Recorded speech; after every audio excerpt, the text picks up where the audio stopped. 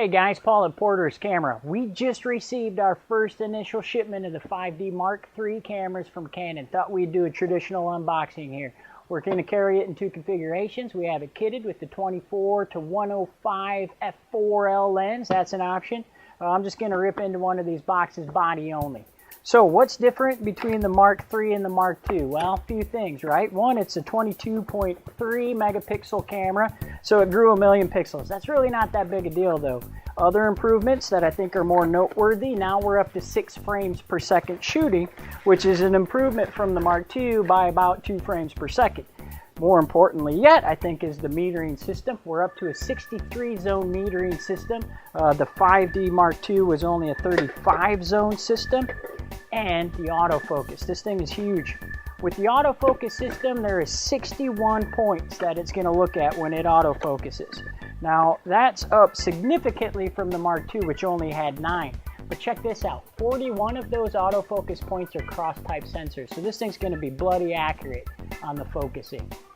A couple other differences, you're going to notice that the native ISO range has been improved. Bringing on the Digit 5 processor helped that. So you got from 100 to all the way to 25,600 ISO is native, where with the Mark II is only 100 to 6400 ISO native. Okay, so let's move on to some of the cosmetic changes then.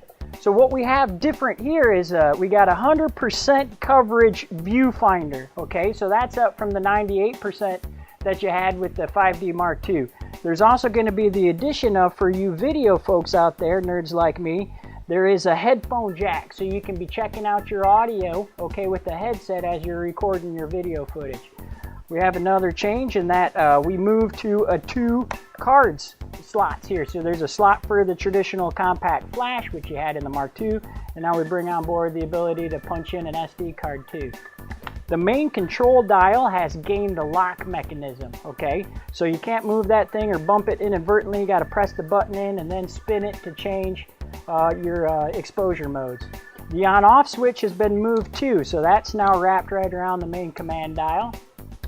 We moved the depth of field preview button all the way around to the side here. And then on the back of it, I'll show you a couple changes here too. So now we got the start, stop, and the video live view switch all in one, kind of like the 7D, very reminiscent of the 7D, as well as the addition of the Q button to quick access the menus once you get going in there. And then another change is going to be this one. That button right there actually says rate.